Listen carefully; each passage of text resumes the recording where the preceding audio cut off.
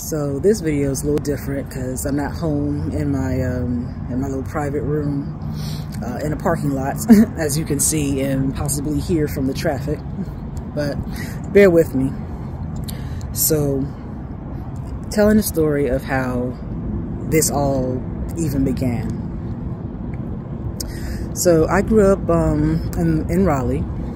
And essentially my life growing up was home, school, and church. Home taking care of my siblings, school because you're in grade school, and church. That church was my second home, my second family. And so the church I attended was called Providence Holy Church. Providence Holy Church. And I think it was like a historical church. It's part of the holiness organization.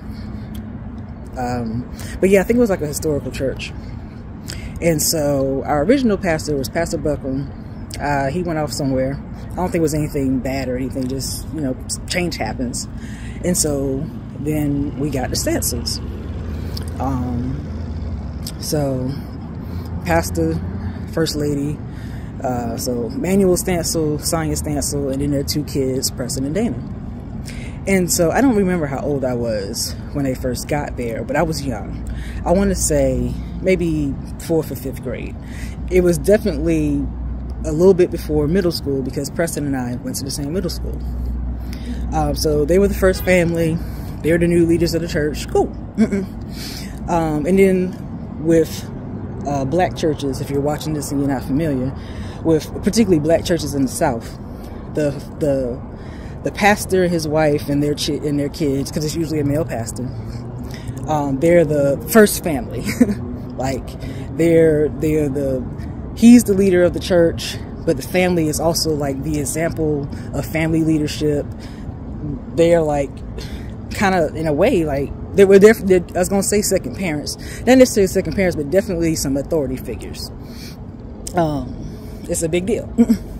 So they're the new church leadership. I would think it's 6th grade. Preston passes away, and so that was of course a huge blow. Nobody ever wants to bury their child, especially so young. So then there's 3. And around 8th grade is when I figure out that I like girls. And it's like, oh crap, that is not what I want for my life. So my coming out story will be a different story for another day. So 8th grade, figure out that I am into girls. My father had left sometime also when I was in middle school. I want to say also about maybe 7th grade. So it's a lot happening. Again, I'm the oldest, taking care of my siblings, finding out these things about myself, being in a church where these things are not good. It was not a affirming church. There weren't many affirming churches back then. But I grew up in the 80s and 90s. So figuring out that I was gay was awful. It was awful. So going through high school, I remember one day in service looking over at First Lady. In a lot of black churches, there's like sections for certain people. So like she was over in her little First Lady assigned seat section in the first row, and I was like on the other side of the church. And I don't remember anything in particular happening.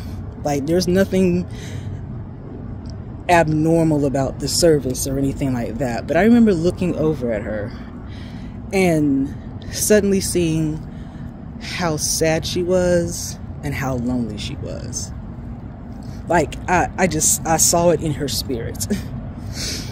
It was like I have what I call these moments of absolute certainty when I know beyond a shadow of a doubt that something is going to happen, and every moment of absolute certainty has happened. So when I mention those, it's a thing.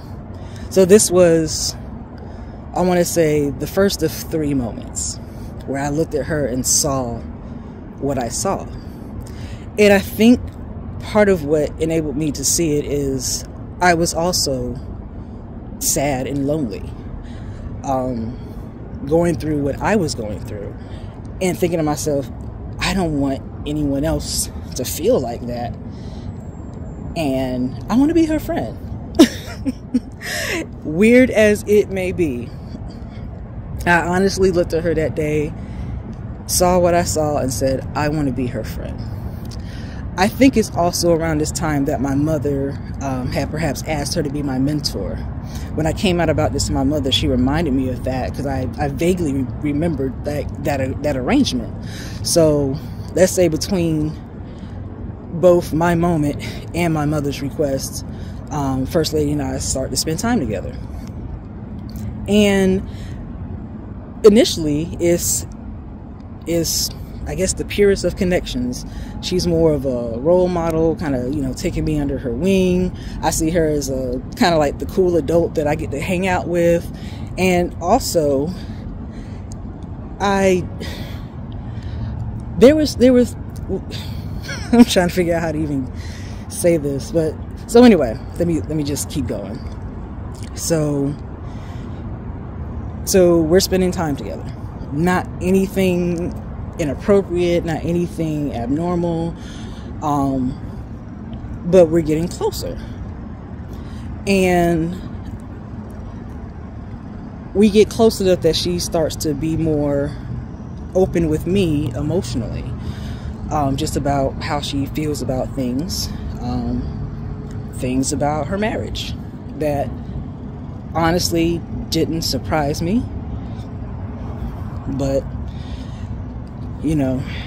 people don't pry into other folks' relationships. I think sometimes we might need to do that. So we're starting to get closer emotionally, and I'm the kind of person where I want people to be free. Even before I really found that language, that was something I always kind of wanted, because that's what I wanted for her. In like the small ways, like growing up in a very traditional church where like women aren't really in leadership, or at the very least women can't wear pants, your skirt needs to be a certain length, that kind of thing. Going to the movies is a sin, and it's just basically anything that doesn't have to do with a scripture or being in church is just wrong. And so like she hadn't been to a movie in years. I was like, you can go to a movie, let's go to a movie. We started going to movies. I got her like to start wearing pants when she was just kind of out. It's like, you don't have to wear a skirt all the time. You're not a heathen if you wear some pants. So that's what our relationship started to be, and we were talking all the time. Like, now this is around the time I got my first email address in high school. Back in the day, we had MSN Messenger, which is kind of like what DMs and text messages are today, but it was on the computer. So we would be in Messenger like all day while she was at work and I'm in school, and even it started, and also when I went to college. So yeah, we start becoming friends while I am in high school. I turned 18 in July, and in that August I'm off to school. So I'm a freshman in college, and our relationship is still platonic and friendly. But I realize I'm starting to develop feelings, and I tend to have a thing for middle-aged women. Like, even as a young person, when I started to crush on people, it was usually somebody that would be in their 30s. So, and again, I already knew that I like women. I already knew that I like girls. So it wasn't that I was getting these strange feelings and I had never liked a woman before. It's kind of like, no, I was getting these feelings for her, and I was like, okay, hold on here now.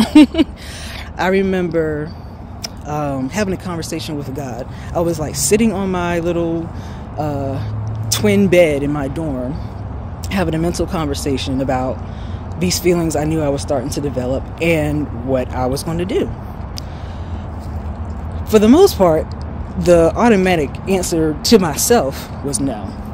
But there was a part of me that felt like if I actually tried, like if I actually said something about these feelings, they could very possibly be reciprocated. I had no actual proof. There was nothing that had been said, but the energy, I was like, it might not be an automatic no.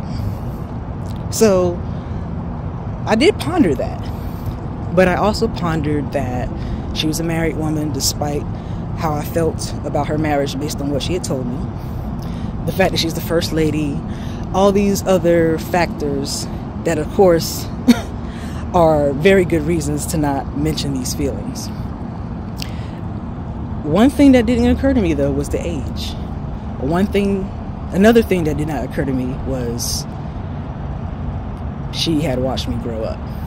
These are things I understand now as an adult, but when I was 18, these factors didn't matter at all. So, have my conversation with God, and the reason I have a conversation with God, because I never ever pretended with God that I wasn't who I was, or that I didn't feel what I felt. I was always open with God because God knows all. That's what I was taught. God knows all, so why even pretend?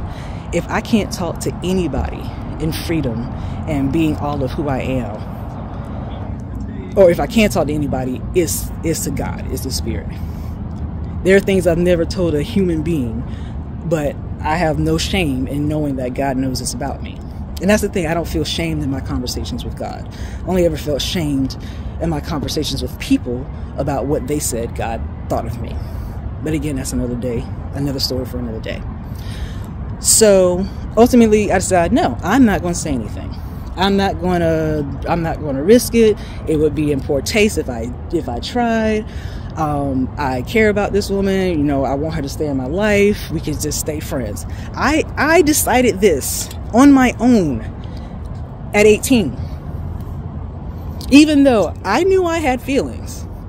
And I thought maybe she did too, but I wasn't sure and I was not going to risk it. All right. Discussion over. Decision has been made. Moving on. So we're having a messenger conversation one night. I can't remember what we're chatting about, but at some point she says, I think I'm having feelings for you. And I remember this. I remember this clearly. I think I'm having feelings for you. I see it on the screen and I just sit there. I'm like, what is this? And what goes through my mind is that if she is the one saying this, if she is the one initiating this, then it must be okay. It must be okay. Because she's closer to God than I am. She's a grown adult woman who can make her own decisions. And again, she's closer to God than I am. She's the first lady. She is like, I'm nothing spiritually compared to her. Hell, I'm nothing socially compared to her. So if she is the one initiating this, it must be okay.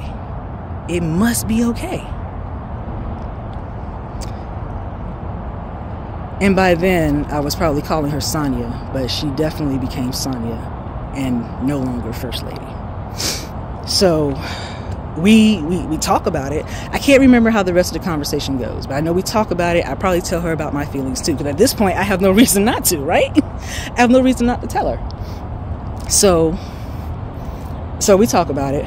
And me being the sentimental fool I am, I'm like, I'll print this shit out. I'm printing this out so I have a record, not to show anybody, but this moment in time where the woman I'm beginning to love says that she's interested in me too. I'm like, oh my God, I want to commemorate this. I want to have this to look back on at some point in time.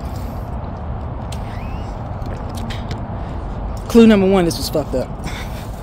Because the switch got me, y'all. I got stuck. Hold on. Okay. Lord, it's got my hair. It's got my hair, Jesus. Okay, let me just. Okay. I'm free, y'all. Free. No longer am I bound. Okay. PAC folks will know what that is. So anyway, let me stay away from that bush. But I said, yeah. Sign number one of some fuck shit.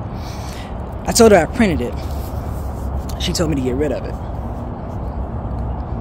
And of course, in that moment, I'm thinking, of course, that I shouldn't have her. We don't need proof of this, because it's clearly not going to be something that she just goes and tells her husband. Right. This is like, I already understood affairs. I already understood that this was going to be a secret. So I didn't question it. I was like, of course, I shouldn't keep a copy of this. So I literally tore it up. Look, this is how committed I was. I tore it up and flushed it down the toilet. I'm in college, cities away. Nobody's gonna come digging through my trash to piece together some sheets of paper that I tore up. But I flushed it down the toilet. And that's how things begin. We take our first trip together. We go to, I want to say it's Wilmington. We go to the beach. It's got to be late fall or winter time. Late fall or winter time. And people know we're going. My mother knows we're going. It's under the mentor-mentee relationship. We're just, she's spending time with me.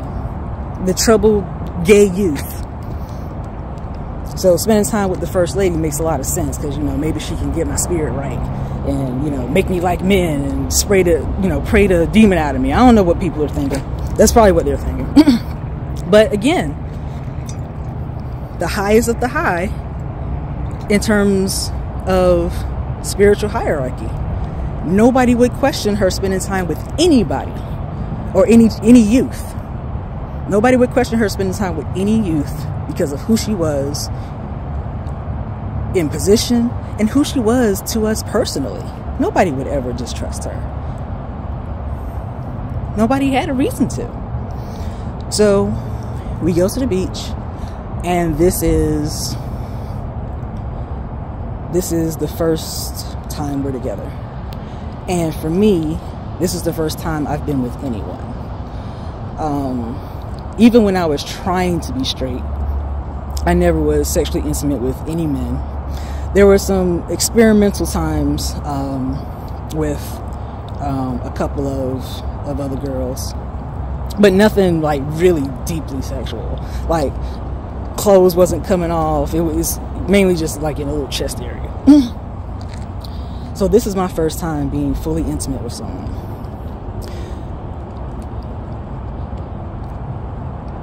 And the sad thing is, I barely remember that night. Not because of trauma, not because anything bad happened. I just don't. I guess maybe it is trauma. Trauma has blocked out the memory. But I don't feel like I was traumatized, because it's what I wanted. I remember we get there, we get to the hotel. Of course, I'm nervous. I'm nervous the whole way down there. I'm nervous because I'm excited. And I think she is too. Like, we are both nervous and excited for what we're going to be doing. I remember I'm there, I'm on the bed, she's in the bathroom, and she comes out. And I don't even know if you'll be able to see this because the picture is so small, but she comes out like, ta-da! Like, titties all out, like booty butt naked. And it's in that moment, it is absolutely adorable to me, because it looks like in that moment she is free in her body and she is free in herself, and she's just being silly. But it was like an absolute beautiful moment to me, and that's what I remember. I remember her. I remember her body. I remember what she looked like. I can't even tell you if I had clothes on or not. I don't remember. I remember sitting on the bed and seeing her. That is all I remember from the first time that I had sex. The first time that I gave my body to somebody that I love. I don't remember anything about myself. So, but sexy time does ensue. I remember enjoying it. Had no complaints. I didn't know what the fuck I was doing. But I was doing it with a woman that I fucking loved.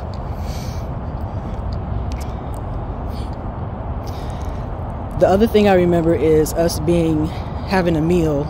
We've checked out. We're at a restaurant somewhere. And just FYI, this is not PG-13. But I remember sitting at the table, and I had brought my hands to my face, and I said to her, I can still smell you on my fingers. And she was like, shh. And she's looking around. I said, there's nobody out here in Wilmington. Like, don't nobody know us out here? And I wasn't loud with it either, but she was like, oh, shh, just, you know. But that's the other thing that I remember from that night. And people have mentioned EMDR, and I talked to my therapist about it, and she thinks it's something good for me to try. So I might try it, and I might try to see if I can get back those memories. I don't know. I don't know if I should want them. But anyway, that is the story of how we became lovers.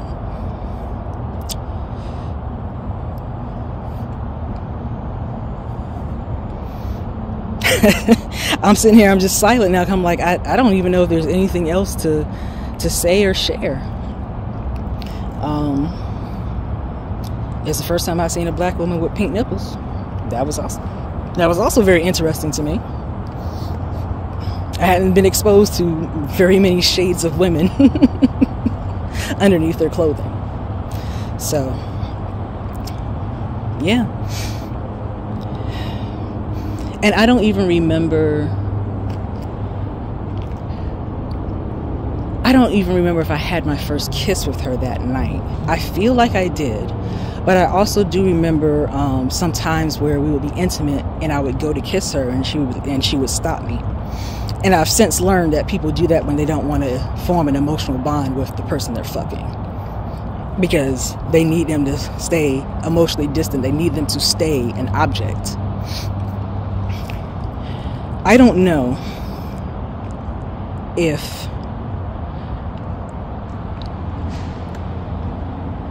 I don't know if I was an object.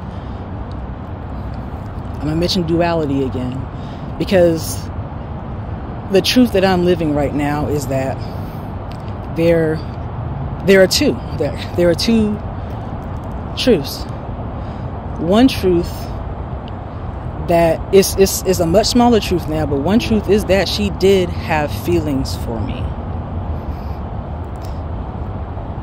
She did have feelings for me. Whether those feelings were love or just attraction, me giving her some emotional attention and care, like that's what made me suddenly attractive to her.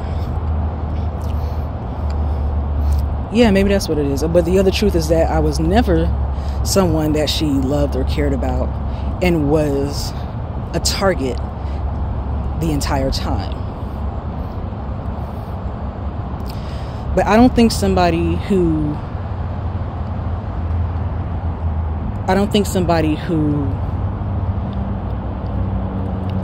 is only looking for a target opens themselves as much as she did to me. And I think that's the only thing that allows that smaller reality to exist. But then again, people act and people lie and people fake. And the real truth of the matter is, the absolute truth in this moment in time is that I do not know. And I will not know. Because she will never tell me. She will never admit to this. She will likely never. I cannot speak in the absolute truth there. I don't know what she'll do. But it's highly unlikely that she'll ever admit to this. Her own daughter won't admit to this. And she knows because somebody told her when we were young, and I didn't know that. I didn't know that Dana knew. And I feel bad that Dana has to deal with this with her mother because it's her mom. her dad is gone, her father's, I mean, her brother's gone. She's got her mother. And what child doesn't want to defend and protect their mother? Although I can say if this was my mother, the way we would protect her would be to get her some help. To deal with what she's done so that she can heal, and that hopefully the people that she hurt and victimized heal. But my family already had this discussion. It's like, had it been us, oh no, we're not going to defend grooming and legal pedophilia. That's all it is, legal pedophilia. When the age of consent is lower than the age of maturity, it's legal pedophilia. So, yeah, that's the story of how it began. That's the story of how it began. There were other moments of absolute certainty. One was when I knew that the relationship would not continue for much longer. And the other was when the church went from being Providence Holy Church to Providence Harvest Church. And I guess I'll talk about those in a different video. So I guess this was how it began. So I suppose the next video is how it ended. As always, thank you for listening. I'm always open to your comments and your thoughts. Thank you.